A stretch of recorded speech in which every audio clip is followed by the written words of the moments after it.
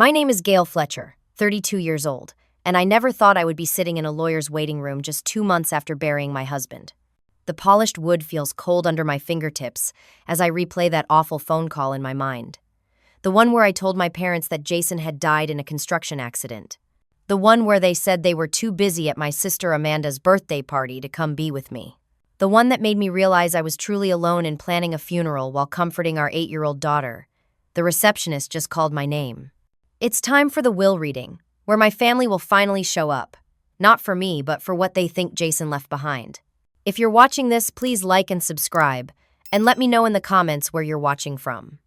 You might want to stay for how this story ends. Before everything fell apart, I had 8 beautiful years with Jason. We met during my final year of college at a mutual friend's barbecue. Jason stood out immediately with his warm laugh and the way he listened intently to everyone who spoke to him. Unlike the other guys who dominated conversations, Jason asked questions and genuinely cared about the answers. After 3 dates, I knew he was different. After 6 months, we were living together. After 2 years, we were married in a small ceremony by the lake. Our daughter Lily came along a year later, and she immediately became the center of our world. She has her father's thoughtful eyes and my stubborn chin. From her first moments, she was observant, taking in the world with a quiet curiosity that reminded me so much of Jason. He would spend hours just talking to her, even as a baby, explaining his carpentry projects or reading books well beyond her years, because he believed she understood more than most adults gave children credit for. We built a comfortable life in our suburban home about 30 miles outside of Portland. Jason worked his way up at Westbrook Construction, eventually becoming a project manager. I worked part-time as a graphic designer from our home office, which allowed me to be present for Lily's early years. We weren't wealthy, but we were comfortable.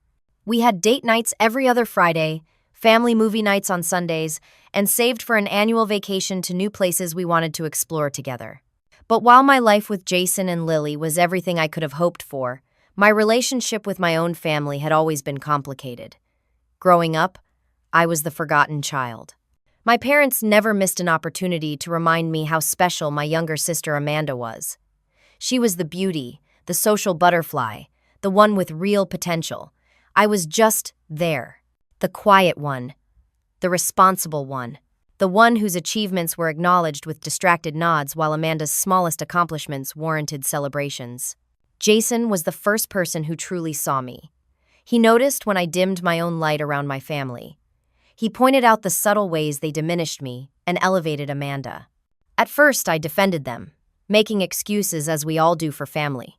But over time, I couldn't deny the pattern. They missed our wedding rehearsal dinner for Amanda's college roommate's art show.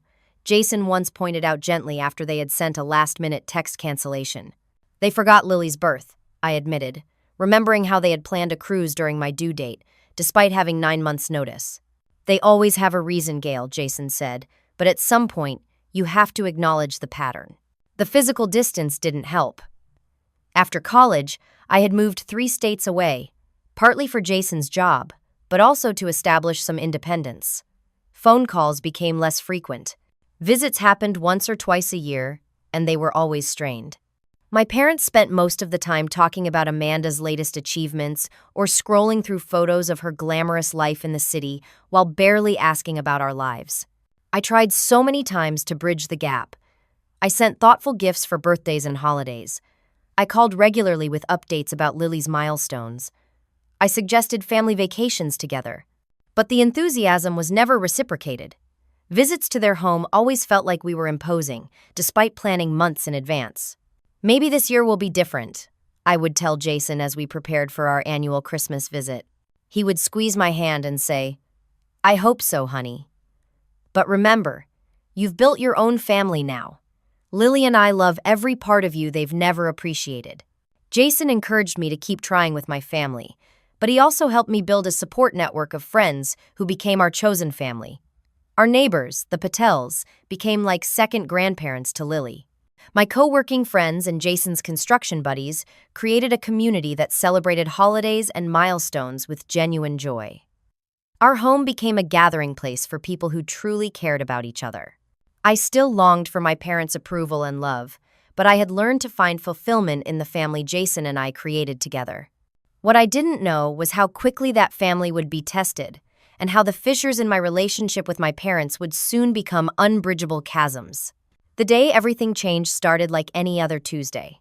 I woke at 6:30 to the smell of coffee Jason had already brewed. He always woke up before the alarm, a habit from his years of early construction starts. I found him in the kitchen, lunch bag already packed, thermal mug in hand. "Big day today," he said, kissing my forehead. "We're starting the framework on the new library project." Jason loved the beginning phases of new projects when possibilities seemed endless. He had been excited about this particular job for months because the design incorporated sustainable materials and innovative techniques he'd been wanting to try. "Be careful up there, Superman," I teased, straightening his collar. It was our little ritual, my reminder for him to stay safe, his promise that he always would. "Always am," he replied with a wink. "I'll text you at lunch. Love you." "Love you more," I answered, our standard goodbye. I got Lily ready for school, braiding her hair the way she liked while she chattered about her science project on butterflies. I dropped her off at 8:15, waved to her teacher, Mrs. Garcia, and headed home to work on a branding package for a new client. At 12:43, my phone rang. I almost didn't answer, deep in the flow of designing a logo, but something made me glance at the screen. Portland General Hospital. My stomach dropped before I even picked up. "Is this Mrs. Fletcher?" "Gail Fletcher?" a formal voice asked. "Yes, this is she," I replied, already standing, already knowing something was terribly wrong. "I'm calling about your husband, Jason Fletcher. There's been an accident at his work site. You need to come to the hospital immediately." I don't remember much about the drive. I called my neighbor Diane in a panic, asking if she could pick up Lily from school. I remember gripping the steering wheel so hard my knuckles turned white. I remember praying to a God I wasn't sure I believed in, bargaining for Jason's life. The hospital parking lot was a blur. The emergency room entrance loomed before me, its automatic doors opening with an indifferent whoosh. The antiseptic smell hit me first, then the harsh fluorescent lighting that made everything look unreal, like a movie set. The reception desk seemed miles away across the waiting room floor. "Jason Fletcher," I gasped to the nurse at the desk. "My husband, there was an accident." Her face changed in that subtle way that medical professionals' faces do when they have bad news. She called someone on the phone, then asked me to follow another nurse to a small, private consultation room. That's when I knew. They don't take you to private rooms for good news. The doctor who entered was middle-aged with kind eyes and a grave expression. He sat across from me and clasped his hands on the table between us. "Mrs. Fletcher, I'm very sorry to tell you that your husband suffered catastrophic injuries when a support beam collapsed at his worksite. The paramedics did everything they could at the scene, but the trauma was too severe. He didn't suffer, but we were unable to revive him. I'm so sorry for your loss." The words hit me like physical blows, each one a punch that knocked more air from my lungs until I couldn't breathe at all. The room tilted. The doctor's voice faded in and out like a badly tuned radio. "Would you like to see him?" I heard him ask from what seemed like very far away. I nodded, unable to form words. Someone led me down a corridor to another room where Jason lay. Except it wasn't Jason. Not really. The vital force that animated his features, that made his eyes crinkle when he smiled, that vibrated with energy and life, was gone. I touched his hand. It was still warm. That seemed like a cruel joke. I don't know how long I sat there. Eventually, someone brought forms to sign. Someone explained about the medical examiner and funeral homes. Someone asked if I had someone to drive me home. I said I was fine. I wasn't fine. I would never be fine again. Back in the waiting room, I sat in a corner chair, my body shaking uncontrollably. I needed to call someone. I needed help. Without thinking, I pulled out my phone and called my parents. Despite everything, despite years of disappointment, in that moment of primal grief, I reached for the people who were supposed to love me unconditionally. My mother answered on the fourth ring. There was noise in the background. Music, laughter, clinking glasses. "Gail? Is that you? You'll have to speak up, honey. We're at Amanda's birthday party." I had forgotten it was my sister's birthday. Of course they were celebrating. Amanda's 35th birthday would naturally be a major event for my parents. Mom, I said, my voice breaking. Jason's dead. There was an accident at work. He's gone. There was a pause. I heard her cover the phone and say something to someone else. Then she came back on the line. Oh, that's terrible news, honey. I'm so sorry to hear that. Her tone was sympathetic but distracted. In the background, I could hear someone calling her name. I don't know what to do, I confessed, tears streaming down my face. I have to tell Lily. I have to plan a funeral. I don't think I can do this alone. Another pause. Longer this time. Well, we're all here for Amanda's birthday celebration. Your father flew in all her old college friends as a surprise. I don't think we can get away right now. Can you call one of your friends to help you? The pain that lanced through me in that moment was almost as devastating as hearing of Jason's death. Almost. My husband just died, Mom. I know, honey, and that's awful. But we've had this planned for months, and everyone's here. You know how important these milestones are to your sister. I'll call you tomorrow, okay? Or the next day. We'll figure something out. I hung up without saying goodbye. I sat in that hospital waiting room, surrounded by strangers, more alone than I had ever felt in my life.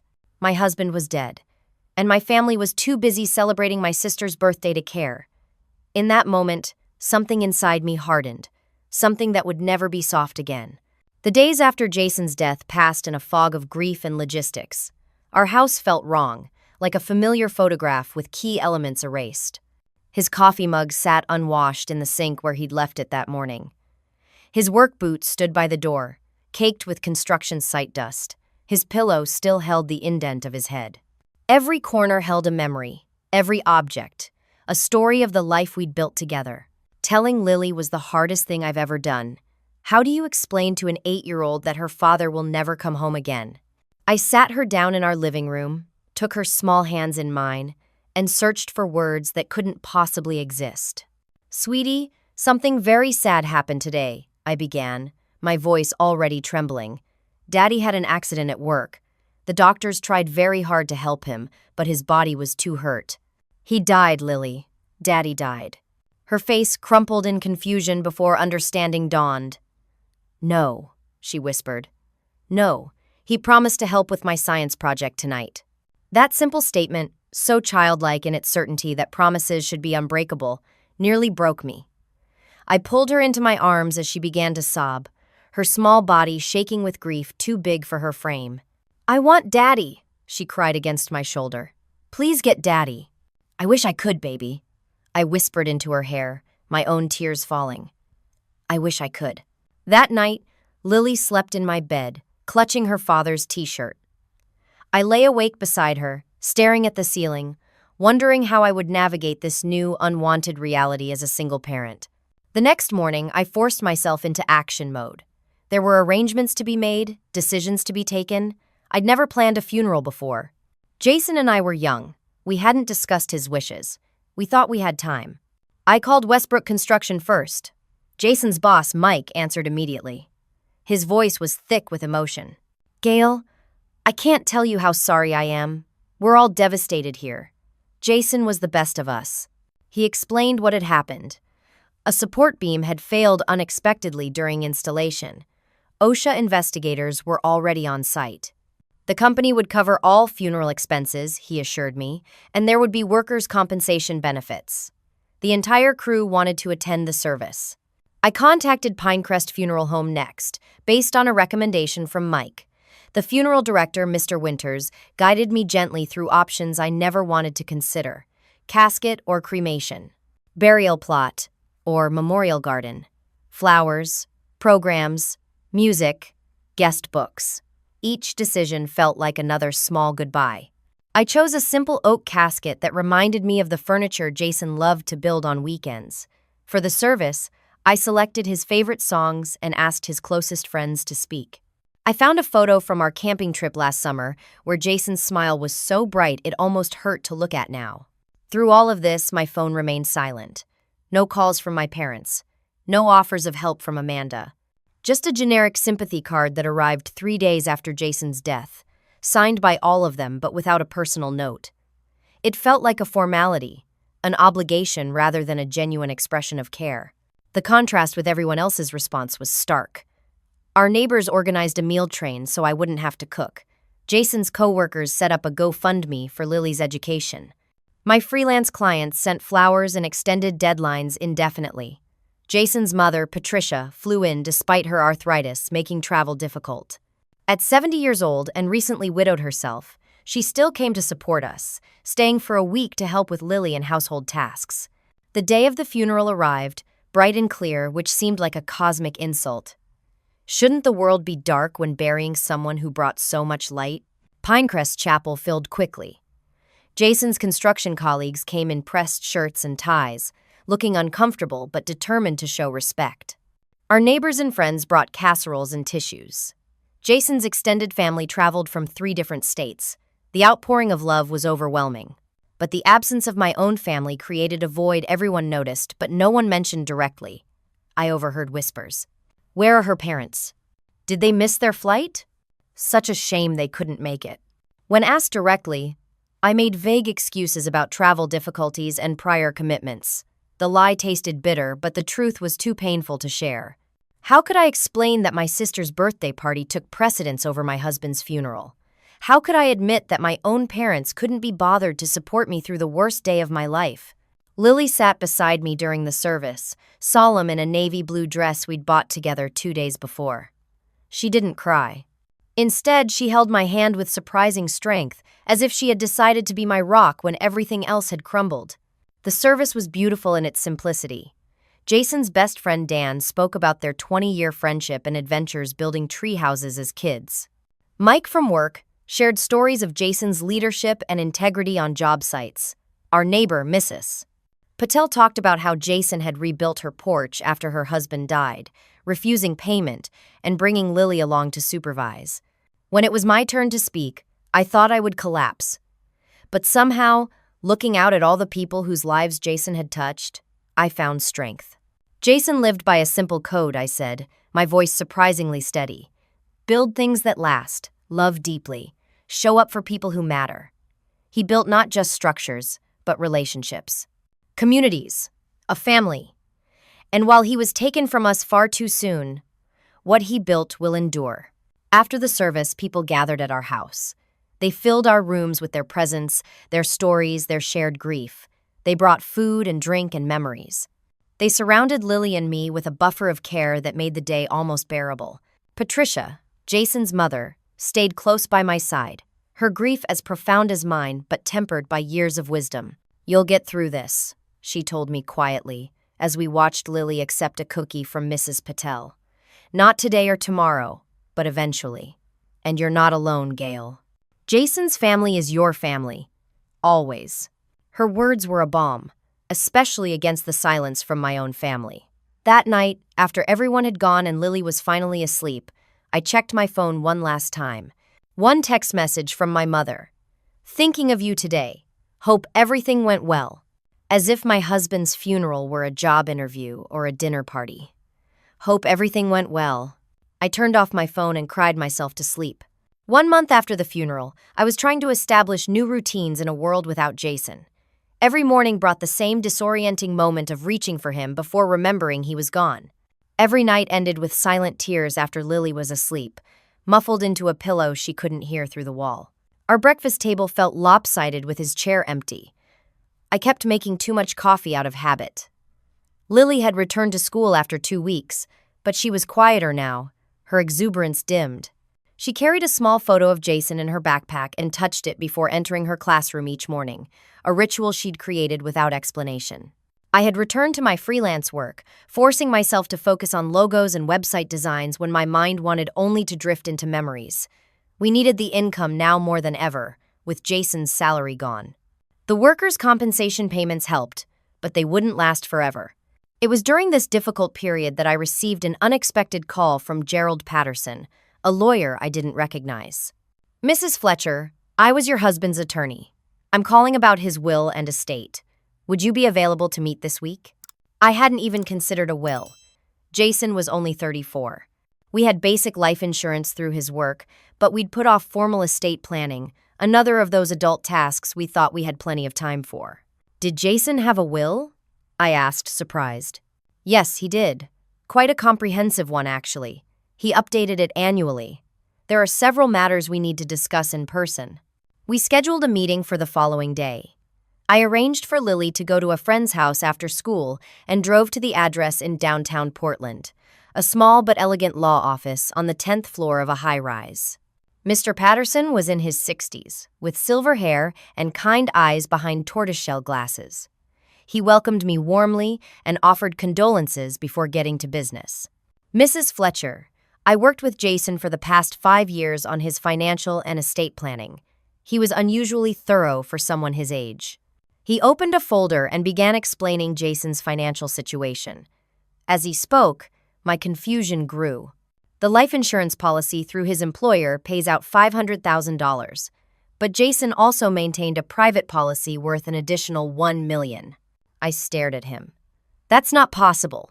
We couldn't afford premiums on $1 million policy. Mr. Patterson smiled gently. Jason was very good with money, Mrs. Fletcher. Better than you may have realized. He lived simply, but invested wisely. The construction company offered an employee stock purchase plan, and Jason maximized his contributions from the beginning. Those investments have performed exceptionally well. He slid a statement across the desk. The number at the bottom made me dizzy. This can't be right, I whispered. I assure you it is. Additionally, Jason purchased a property 3 years ago that you may not be aware of, a beachfront cottage in Cannon Beach. He was planning to surprise you on your upcoming anniversary. Tears filled my eyes. Our 10th anniversary was 6 months away. Jason had been planning a surprise that would never happen now. There's also the matter of his personal workshop business, Mr. Patterson continued. The custom furniture pieces he created have developed quite a following. There are outstanding orders and inquiries that will need attention eventually, though of course that can wait. I knew Jason made furniture on weekends, beautiful handcrafted pieces that friends had started commissioning. But I had no idea he'd formalized it into a business, much less one successful enough to mention alongside his other assets. Why didn't he tell me any of this? I asked, overwhelmed. Mr. Patterson's expression softened. From our conversations, I believe Jason wanted to handle the financial aspects of your partnership so you wouldn't have to worry. He spoke often about wanting to provide security for you and Lily. He was building a foundation for your future together. A future we would never have now. We'll need to schedule a formal reading of the will, Mr. Patterson explained. Standard procedure. Is next Friday at 10 acceptable? I nodded, still processing everything I'd learned. Jason had left us not just memories, but security. Protection. A final act of love extending beyond his death. That evening, as I sat alone on our back porch watching the sunset, my phone rang. My father's name appeared on the screen. I almost didn't answer. After weeks of virtual silence, why were they calling now? Hello? I said cautiously. Gail, it's Dad. His voice had that forced cheerfulness I recognized from childhood, when he was about to ask for something. How are you holding up, kiddo? The casual endearment after weeks of silence felt like an insult. I'm managing, I replied coldly. Good, good. Listen, your mother and I have been talking. We feel terrible about not making it to the funeral. Amanda's party was such a production, you know how these things get. But we're thinking of coming to visit next weekend. Check in on you and little Lily. See how you're doing. My suspicion immediately flared. After a month of minimal contact, why the sudden interest? Next weekend is difficult, I said. I have a meeting at Jason's lawyer's office on Friday. There was a pause, then my father's tone shifted subtly. His lawyer? What for? Reading of the will, I answered simply. I see. Another pause. Well, that's actually good timing then. We could be there for support. These legal matters can be complicated. Your old dad knows a thing or two about finance. I'd be happy to help you make sense of it all. The transparent shift in his interest made my stomach turn. I'll be fine, I said. Nonsense. This is what family is for. We'll book our flights tonight. Don't worry about picking us up. We'll get a rental car. His tone brooked no argument. Your mother wants to talk to you too. Before I could protest, my mother was on the line, her voice syrupy with fake concern. Gail, darling, we've been so worried. Is there anything you need? Anything at all? I've been managing for the past month, I said pointedly. She ignored the barb. Well, we'll be there soon to help. Oh, and I was thinking about Jason's things. Such a tragedy. When we visit, I could help you sort through his clothes, maybe. Donate what you don't need. And I suppose there are accounts to consolidate, insurance to deal with? The vultures were circling. Actually, Jason's lawyer is handling most of that, I said. Lawyers charge by the hour, dear. Family help is free. She laughed lightly. We only want what's best for you and Lily. After we hung up, I sat in stunned silence. For weeks, I had needed my family's support, their comfort, their presence. Now that they believed there was money involved, suddenly they couldn't book their flights fast enough. The next day, Amanda called. My sister and I hadn't spoken directly since before Jason's death. She had sent a text after the funeral saying, "Sorry for your loss," with a sad emoji. Now she was full of questions about how I was coping, whether I needed company, if there was anything she could do. It's been so hard watching you go through this from afar, she said with practiced sympathy. I wanted to come to the funeral, but things were crazy at work after all the time off for my birthday celebrations.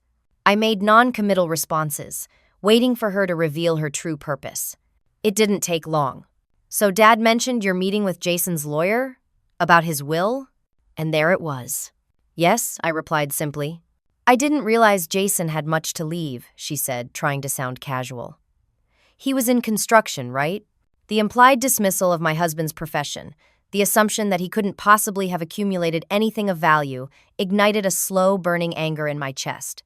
Jason was a project manager, I corrected, and he was very good with money. Oh, well, that's good news for you then, Amanda said quickly. Listen, Mark and I have been thinking of visiting. We could come with Mom and Dad next weekend, make it a family support thing. Mark was her husband of 3 years, a finance guy she'd met at a country club. They lived in a luxury condo and took exotic vacations they couldn't afford. Amanda had hinted at money problems during our few conversations over the past year. How thoughtful of you, I said, not bothering to mask my sarcasm. Amanda didn't notice, or chose to ignore it. Great, I'll book our tickets tonight. After hanging up, I sat at my kitchen table, a cold realization settling over me. My family hadn't come when I needed comfort. They hadn't been there to help plan a funeral or support Lily in her grief. But the mere hint of money had them booking cross-country flights within hours. Later that evening, as I helped Lily with her homework, my daughter looked up from her math problems with a serious expression. Mom, is it true that Grandma and Grandpa and Aunt Amanda are coming to visit? I was startled. How did you know that? Aunt Amanda texted me, Lily said simply. She said they're coming to help us after Daddy died. But they didn't come to Daddy's funeral. Why are they coming now? Out of the mouths of babes. Even an 8-year-old could see through their sudden change of heart.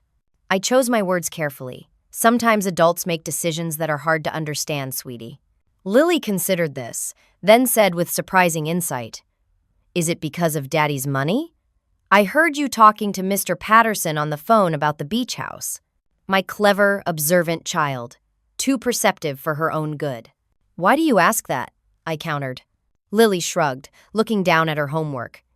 Aunt Amanda asked me if Daddy left us a lot of money. She said she was worried about us. The anger I'd been suppressing flared hot and bright. They were pumping my child for financial information before they'd even arrived. Lily, listen to me, I said, taking her hands. Whatever Daddy left us, it's for you and me. It's to take care of us because he loved us. You don't need to talk to anyone about it. Okay? She nodded solemnly. I told Aunt Amanda I didn't know anything. I didn't like how she was asking.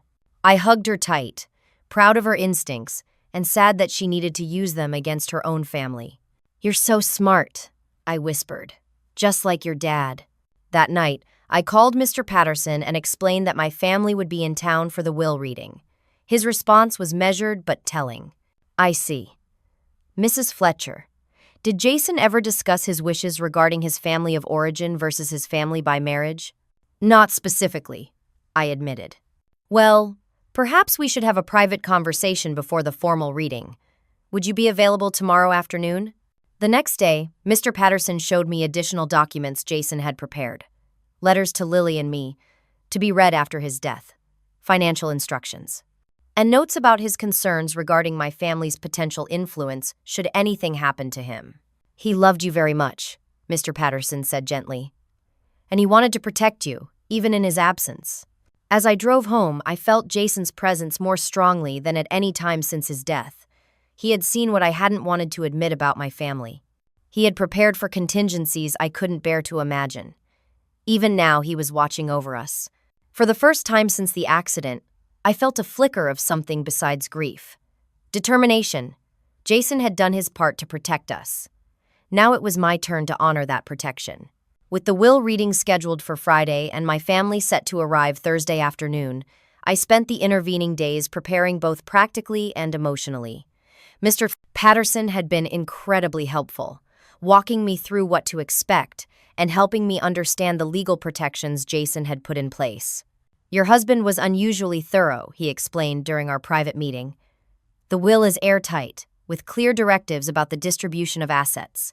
He established a trust for Lily that becomes accessible to her at 25, with provisions for education expenses before that.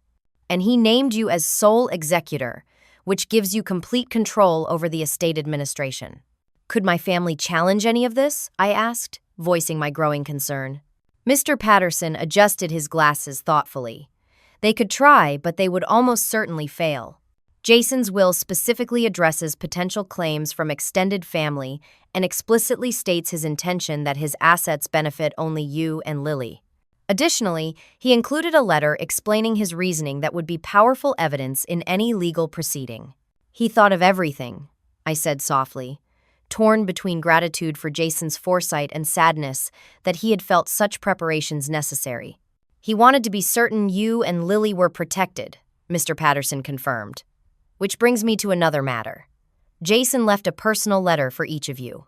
I was instructed to provide them after the formal reading, but given the circumstances, you might want to read yours now. He handed me a sealed envelope with my name, written in Jason's familiar handwriting. I traced the letters with my fingertip, hardly believing he had written this, knowing I would read it after he was gone. I'll give you privacy, Mr. Patterson said, stepping out of his office. With trembling hands, I opened the envelope and unfolded several pages covered in Jason's neat printing. My dearest Gail, it began. If you're reading this, then something has happened to me. I'm so sorry for leaving you and Lily. Know that loving you both has been the greatest joy of my life. Tears blurred my vision as I continued reading. Jason wrote about his love for us, his hopes for Lily's future, his confidence in my strength. Then, toward the end, he addressed something unexpected. I've never told you how much I worry about your family's influence on our lives. I've seen how they diminish you, how they favor Amanda, how they only appear when they want something. I've held my tongue because I know how much you want their approval and love. But if I'm gone, they may try to use your grief to their advantage, especially regarding any assets I've left behind. Don't let them, Gail. You and Lily deserve every bit of security I've worked to provide. Your parents have never truly supported you emotionally. Don't let them control you financially. Trust your instincts. You're stronger than you know, and you don't need their approval to be the amazing woman and mother I've always seen you to be.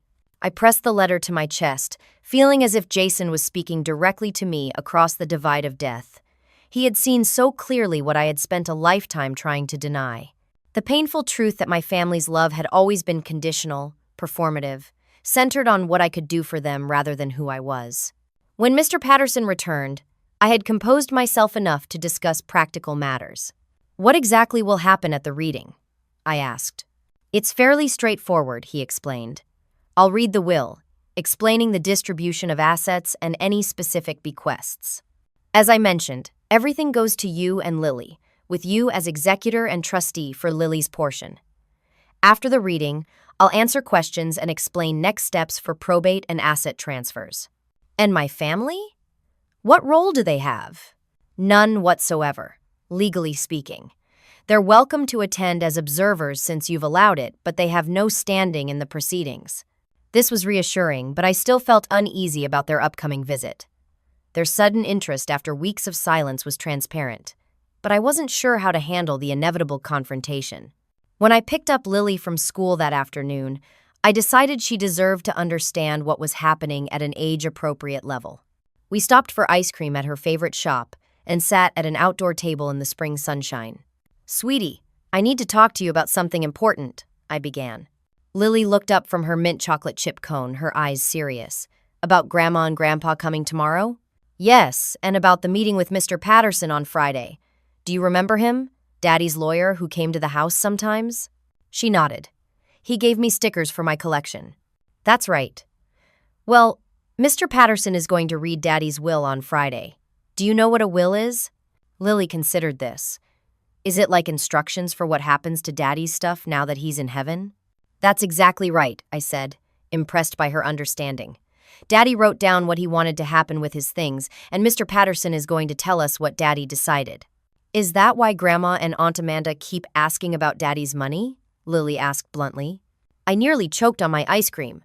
Have they been asking you more questions? Lily nodded matter-of-factly. Aunt Amanda texted me again. She said she's worried about us being all alone with so much responsibility.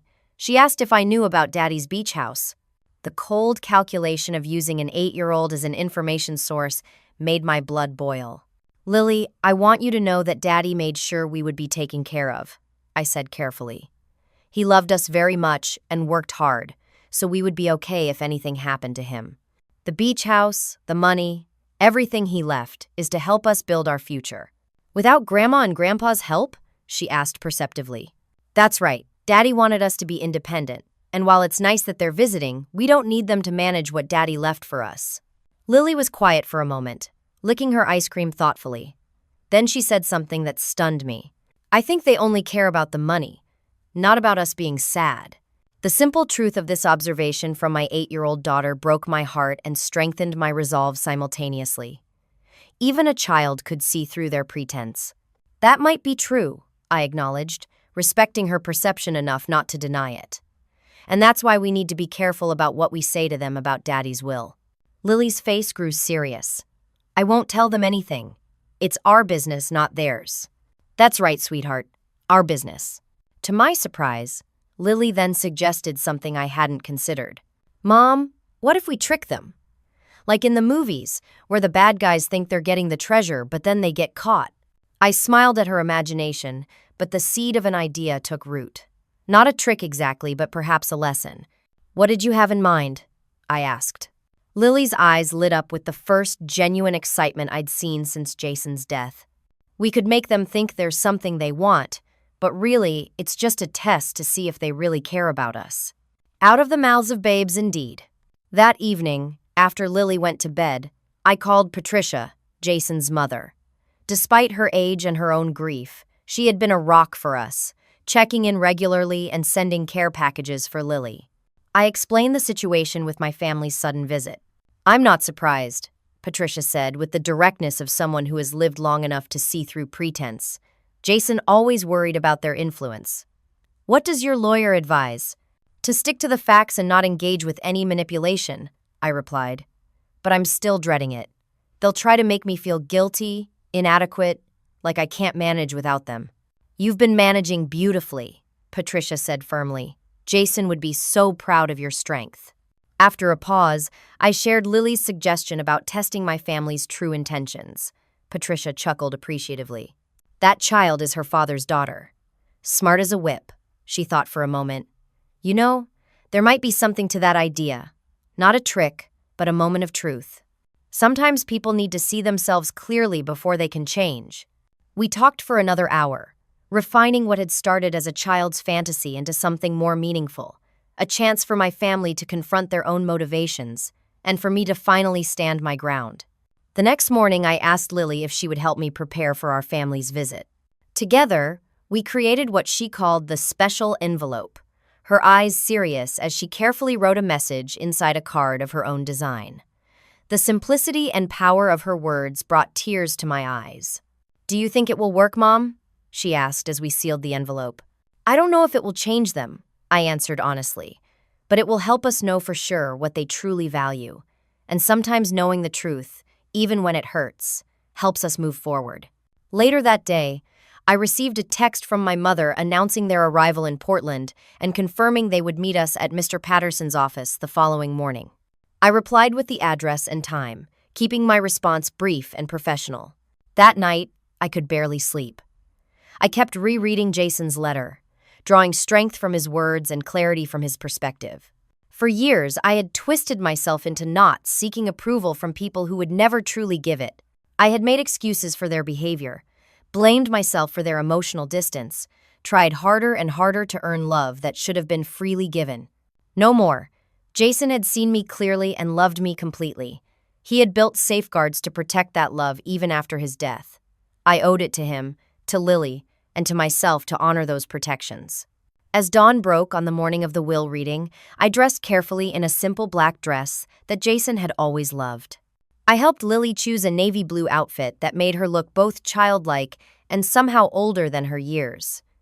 I tucked the special envelope into my purse, alongside Jason's letter. "Ready?" I asked Lily as we prepared to leave for the lawyer's office. She slipped her small hand into mine, her face solemn but determined. "Ready, Mom. Dad's watching over us today." I squeezed her hand, drawing strength from her certainty and from the memory of the man who had loved us enough to prepare us for this moment. "Yes," I agreed. "He certainly is." Mr. Patterson's office building stood tall against the Portland skyline, its glass exterior reflecting the morning clouds. Lily and I arrived 15 minutes early, as planned. The receptionist, a kind-faced woman named Brenda, greeted us warmly. "Mr. Patterson is expecting you, Mrs. Fletcher. Would you like some hot chocolate for your daughter while you wait?" Lily looked to me for permission, and I nodded. As Brenda led her to a small kitchenette, I took a deep breath and surveyed the waiting area. Comfortable leather chairs, tasteful artwork, the subtle scent of wood polish and paper. A place where important decisions were made, where lives could change course in the space of a meeting. "Nervous?" Mr. Patterson asked, appearing beside me in a well-tailored gray suit. "A little," I admitted. "My family can be challenging." He nodded understandingly. "Remember, this is your husband's final gift to you and Lily. Try to focus on that rather than any discord." "I'll try," I promised, though my stomach knotted tighter as the elevator chimed, announcing new arrivals.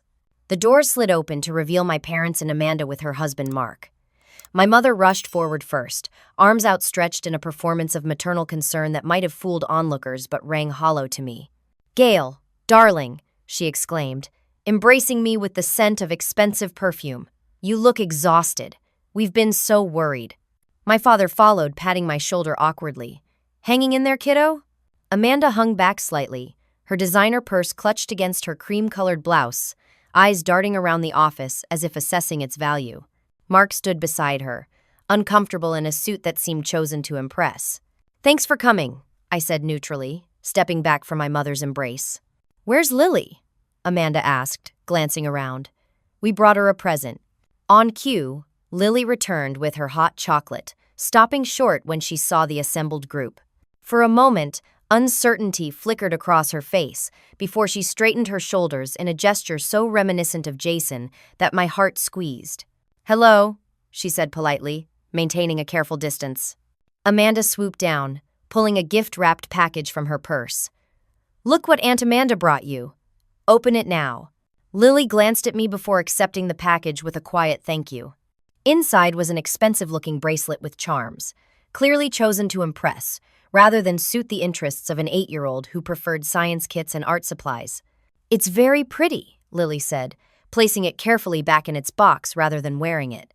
An awkward silence followed until Mr. Patterson stepped forward, introducing himself and ushering us all toward the conference room. Lily stayed close by my side, her small hand finding mine as we walked. The conference room was dominated by a large oak table polished to a high shine.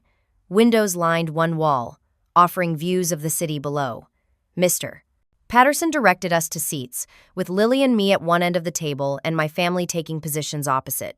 "Before we begin," Mr. Patterson said formally, "I want to clarify that this reading is a courtesy to provide information about Jason Fletcher's last wishes. The only legal beneficiaries named in the will are Gail Fletcher and Lily Fletcher." My father shifted in his seat. "We understand. We're just here to support Gail, family duty and all that."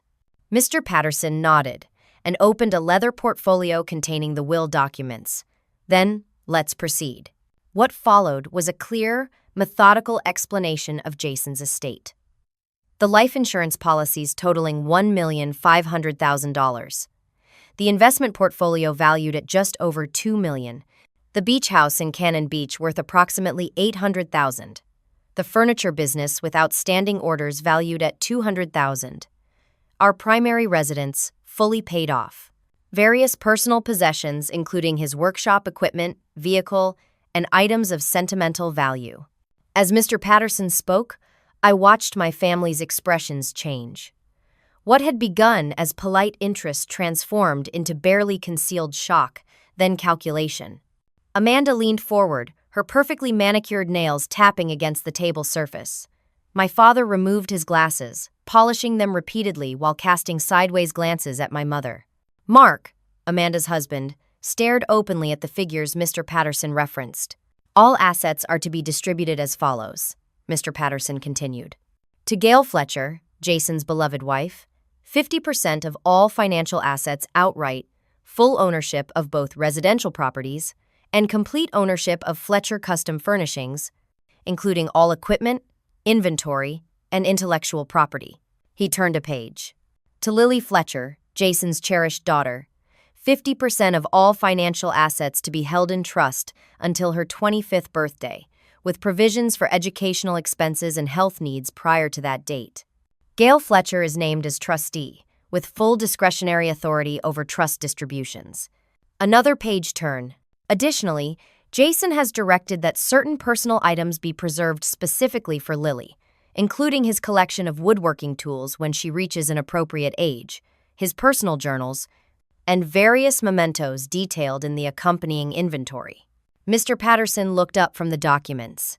Jason was explicit that no provisions be made for extended family members on either side, with the exception of a $10,000 bequest to his mother, Patricia, in gratitude for her support throughout his life. He closed the portfolio. That concludes the formal distribution outlined in the will. Jason also left personal letters for both Gail and Lily, which have been provided separately. Are there any questions about the terms as I've explained them? For a moment, no one spoke. Then my father cleared his throat. That's quite a substantial estate for a young man in construction, he said, his tone somewhere between impressed and suspicious. Jason was an exceptional man, Mr. Patterson replied evenly. Hardworking, forward-thinking, and devoted to his family's security. And Gail is in charge of everything? My mother asked, her voice carrying an undertone I recognized from childhood, the one that questioned my competence. Mrs. Fletcher is both executor of the estate and trustee for Lily's portion, yes, Mr. Patterson confirmed. Jason had complete confidence in her abilities. Amanda leaned forward. That's an enormous responsibility for someone dealing with grief. Wouldn't it make sense to have family help, perhaps as co-trustees or advisors? Mr. Patterson's expression remained neutral. The will is quite clear. Jason wanted his wife to have sole authority. He believed she was the person best qualified to carry out his wishes and protect their daughter's interests. My father made a dismissive gesture. Legal documents are one thing, but practical realities are another. Gail has no experience with this level of financial management. As her father, I've been handling investments for 40 years. It only makes sense for me to guide her. Before Mr. Patterson could respond, I spoke up. Thank you for your concern, Dad, but I'll be working with Jason's financial advisors. He left detailed instructions. My mother reached across the table toward me, her expression a practiced blend of concern and authority. Darling, you're overwhelmed. We just want to help. That's why we're here. Is it? I asked quietly. Because you weren't here when I called from the hospital. You weren't here for the funeral. You weren't here when Lily cried herself to sleep for weeks. But now that you know about Jason's estate, suddenly you've flown across the country to help. An uncomfortable silence fell over the room. Amanda looked away, studying her manicure. My father's face hardened into the defensive expression I knew well from childhood confrontations. That's unfair, Gail, my mother said, her voice tight. We had commitments. We couldn't just drop everything, even for something so tragic. But we're here now. Yes, I agreed. Now that you know there's money, you're here. Mr. Patterson stood smoothly. If you'll excuse me for a few minutes, I need to retrieve some additional paperwork. I'll return shortly. With a reassuring glance in my direction, he left the room, closing the door behind him. The moment the door clicked shut, my father's facade of concern vanished. Let's cut to the chase, Gail, he said, leaning forward. You've never been good with money. You majored in art, for God's sake. You need our help. What your father means, my mother interjected, is that we have experience you lack. We only want what's best for you and Lily. Amanda nodded earnestly. Family should stick together. Share resources. Share? I repeated. You mean you want a portion of Jason's estate? My father waved a hand impatiently. Not everything is about money. But realistically, a portion of these assets would be better managed by people with experience. Say 50% placed in a family fund that we oversee. For Lily's future, of course. The nakedness of the request was breathtaking. Not even an attempt to disguise their intentions behind a veneer of concern anymore. 50%, I echoed. Half of everything Jason worked for. Half of what he intended for Lily and me. We're family, Amanda said, as if that explained everything. Mark and I have some investment opportunities that could really benefit from capital right now. It would help all of us in the long run. I looked at my daughter, who had been silent throughout the exchange. Her small face was solemn, her eyes moving from one adult to another as she absorbed every word. She met my gaze and gave an almost imperceptible nod. Lily, I said gently, do you have something you'd like to give to Grandma and Grandpa? Without a word, Lily reached into her small purse and removed the envelope we had prepared together. She stood and walked around the table, stopping between my parents. This is for you, she said, her voice clear and steady as she handed the envelope to my father. This is why you came, right? My father took the envelope with a confused expression that quickly morphed into an indulgent smile. What's this, sweetheart? A drawing for your old grandpa? Open it, Lily said, returning to stand beside me. My father tore open the envelope, expecting perhaps a child's artwork or a sweet note. What he found instead was a single sheet of paper with a message written in Lily's careful handwriting. Family isn't about money, it's about being there when it hurts. Beneath the message was taped a single $1 bill. My father stared at the paper, his hands beginning to shake slightly. My mother leaned over to see, her face draining of color. What is this supposed to mean? Amanda demanded, snatching the paper to examine it herself. It means, I said quietly, that Lily and I recognize why you're really here. It's not to support us in our grief. It's not because you suddenly care about our well-being. It's because you found out there's money. I reached into my purse and withdrew a stack of papers, laying them on the table. These are printouts of the text messages you've been sending Lily, Amanda, asking an 8-year-old child about her father's assets, pumping her for financial information while she's grieving. I placed another document on the table. This is the phone record showing you called me exactly once after Jason died, for less than 3 minutes. To tell me you were too busy with a birthday party to come help your daughter who had just become a widow. I added one final paper to the pile. And this is a transcript of your conversation with Ellen Davis at my church, where you asked detailed questions about Jason's life insurance and whether his company would be making a settlement. Not questions about the funeral service or how Lily was coping, but about money. My mother's face had gone from pale to flushed. How dare you? We're your parents. Yes, I agreed. You are. And for my entire life, I've been trying to earn your love and approval. I've made excuses for your favoritism toward Amanda, for your criticism of my choices, for your absence during every important moment of my adult life. But not anymore. I looked directly at each of them in turn. Jason saw you clearly. He knew what you might try to do if something happened to him. That's why his will is so specific, so airtight. He was protecting us from exactly this. Amanda stood abruptly. This is ridiculous. We fly all the way out here to help you, and this is the thanks we get? Accusations and a $1 bill from a child?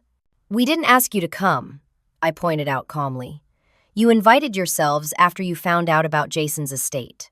Before that, you couldn't be bothered to attend his funeral. We had commitments, my father repeated stiffly. Yes, I said. Amanda's birthday party. You chose that over being with your daughter during the worst moment of her life. And now you expect me to hand over half of what Jason left for Lily's future? The door opened as Mr. Patterson returned, sensing the tension immediately, but maintaining his professional demeanor.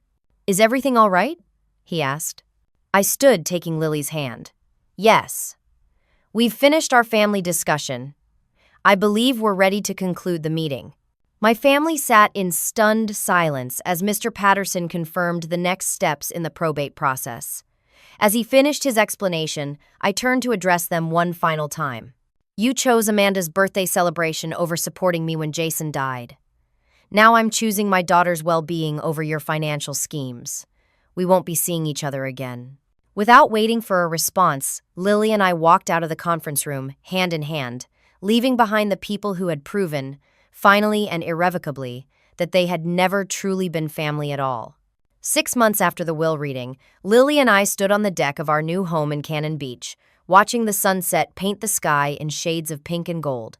The ocean stretched before us, vast and constantly changing, much like our lives had become. The beach house Jason had purchased as a surprise anniversary gift had become our sanctuary, a place to heal and begin again. Do you think Dad can see this sunset? Lily asked, her small hand warm in mine. I like to think he can, I replied, and that he's proud of how brave we've been. Moving to the beach house had been a leap of faith. I'd put our Portland home on the market, transferred my freelance design business to remote work, and enrolled Lily in the local school. The small coastal community had welcomed us warmly, seeming to understand intuitively that we were seeking both a fresh start and a connection to Jason, who had loved the ocean. The first months after losing Jason had been almost unbearable. Every morning brought the fresh realization that he was gone. Every night, the empty space in our bed, a physical representation of the hole in our lives. I would find myself reaching for my phone to text him about something Lily had said or done, only to remember all over again that there would be no reply. Grief, I discovered, wasn't a straight line. It was a labyrinth of emotions, doubling back on itself, just when I thought I'd found my way through. Some days were easier than others. Some moments still knocked the breath from my lungs with their devastating finality. But gradually, almost imperceptibly, something began to shift. The memories of Jason that had initially been so painful slowly became sources of comfort. The sound of his laugh in my mind, the memory of his hand on the small of my back, the countless ways he had shown his love for us every day of our life together. He prepared so well for us, I said to Lily as we watched the sun sink lower toward the horizon, making sure we would be okay. Like a superhero, Lily agreed. She had taken to calling Jason her guardian angel superhero in the months since his death, finding comfort in the idea that he continued to watch over us. We had established new traditions to honor his memory. Sunday morning pancakes, which had been his specialty. Movie nights featuring his favorite films. An annual donation to the Children's Hospital where he had volunteered. Small rituals that kept his presence alive in our daily lives. The confrontation with my family at the will reading had been painful but ultimately liberating. After we walked out of Mr. Patterson's office that day, I expected angry calls, accusations, attempts to manipulate me through guilt. Instead, there had been silence for nearly a month, followed by a formal letter of apology that read like a legal document, cold and impersonal. I hadn't responded. Amanda had tried once more, sending an email suggesting we put the misunderstanding behind us and mentioning again the investment opportunity she and Mark were pursuing. I deleted it without replying. Some bridges, once burned, shouldn't be rebuilt. The freedom from seeking their approval had been unexpectedly healing. Without the constant undercurrent of trying to please people who would never be pleased, I found more energy for my work, more patience with Lily, more space to grieve and heal in my own way. Surprisingly, my relationship with Jason's family had deepened in the wake of his death. His mother, Patricia, had become a steadfast presence in our lives, visiting every few months despite her arthritis making travel difficult. Jason's brother Michael and his wife had invited us for Thanksgiving, incorporating traditions from our family celebrations and sharing stories about Jason's childhood that made him feel present at the table. Time for homework, kiddo, I said as the last sliver of sun disappeared beneath the waves. Then hot chocolate. Lily nodded, giving the ocean one last look before heading inside. Her resilience continued to amaze me. After a difficult adjustment period, she had thrown herself into her new school, making friends and impressing her teachers. She had joined a science club and recently announced her intention to become a marine biologist, inspired by our new proximity to the ocean. While Lily worked on her assignments at the kitchen table, I opened my laptop to check on the latest orders for Fletcher Custom Furnishings. After taking some time to learn the business Jason had built, I had decided to keep it going, hiring one of his former colleagues to handle the woodworking while I managed the design and client relationships. It had become another way to feel connected to him, to continue something he had created with such care. An email notification appeared on my screen. Mr. Patterson, checking in as he did periodically. His guidance through the legal and financial aftermath of Jason's death had been invaluable. With his help and that of the financial advisor Jason had selected, I had grown confident in managing our resources, ensuring Lily's future security while allowing us to live comfortably in the present. Another notification popped up, this one from Diane, our former neighbor in Portland. She had been instrumental in helping us through those first terrible weeks after Jason's death and remained a close friend despite the distance. "Just checking on my favorite beach girls," her message read. "The volunteer committee misses you, but we understand why you needed a fresh start. Visit soon?" I smiled, typing a quick reply inviting her to come stay with us instead. The guest room was always ready, another of Jason's thoughtful provisions in selecting this house. Later, after Lily had gone to bed, I sat alone on the deck with a glass of wine, listening to the rhythm of the waves. The night was clear, stars scattered across the sky in patterns Jason had loved to identify. He had been teaching Lily the constellations, a project I'd continued in his absence, learning alongside her from books and star mapping apps. In these quiet moments, I often reflected on how much had changed in the months since his death. The initial crushing grief had slowly transformed into something more manageable, a companion rather than an enemy. I would always miss Jason, always love him, always feel his absence, but I was learning to carry that loss without being defined by it. His final gift hadn't just been financial security, though that had provided the foundation for our new beginning. His real legacy was in how he had loved us, how he had seen us clearly and valued us completely. In doing so, he had taught me to value myself, to recognize when others didn't, and to have the courage to walk away from relationships that diminished rather than enhanced my life. The contrast between my family of origin and the family Jason and I had created couldn't have been more stark. One conditional, transactional, based on what they could get from me. The other unconditional, generous, based on what we could give to each other. The realization was painful but freeing. Family wasn't about blood or obligation. It was about love, respect, showing up when needed, choosing each other every day. I thought about what Jason would want for us now. He wouldn't want us to live in perpetual mourning. He would want us to build new memories, find new joys, perhaps even welcome new people into our hearts eventually. The thought of loving someone else still felt impossible, but for the first time I could acknowledge that our future might hold possibilities I couldn't yet imagine. As I prepared to go inside, I noticed a shooting star streaking across the night sky. Lily would be disappointed to have missed it. I made a mental note to bring her out earlier tomorrow night. "I'm doing my best, Jason," I whispered to the star-filled sky.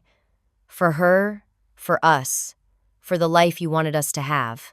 The ocean answered with its constant rhythm, reminding me that some things remain even when everything else changes. The love Jason had given us, the strength he had helped me discover in myself, the daughter we had created together who carried the best of both of us. In the deepest pain I had ever experienced, I had found a resilience I never knew I possessed. In losing my family of origin, I had gained clarity about what family truly means. In facing the future without Jason, I had discovered that he had prepared me better than I realized for a life of independence and self-trust. Sometimes the people who walk away from us aren't the ones who truly leave. They're the ones who were never really there. And in the most profound loss, I found the greatest gift Jason could have left us. The knowledge that love doesn't end with death, that family is created through actions rather than blood, and that even in our darkest moments, we are stronger than we know. As I turned to go inside, I felt a sense of peace that had been elusive since that terrible phone call 6 months ago. We would be okay, Lily and I. Different than before, forever changed by our loss, but okay nonetheless. And in that moment, I felt Jason's presence more strongly than ever, not as a ghost or a memory, but as the foundation upon which we would build whatever came next. What's your experience with family loyalty during difficult times? Have you ever had to make tough decisions about toxic family relationships for your own well-being? Please share your thoughts in the comments below. If this story resonated with you, don't forget to like and subscribe to hear more journeys of healing and growth. Share with someone who might need to know they're not alone in navigating complicated family dynamics. Thank you for listening to my story, and remember that sometimes the family we choose is more important than the family we're born into.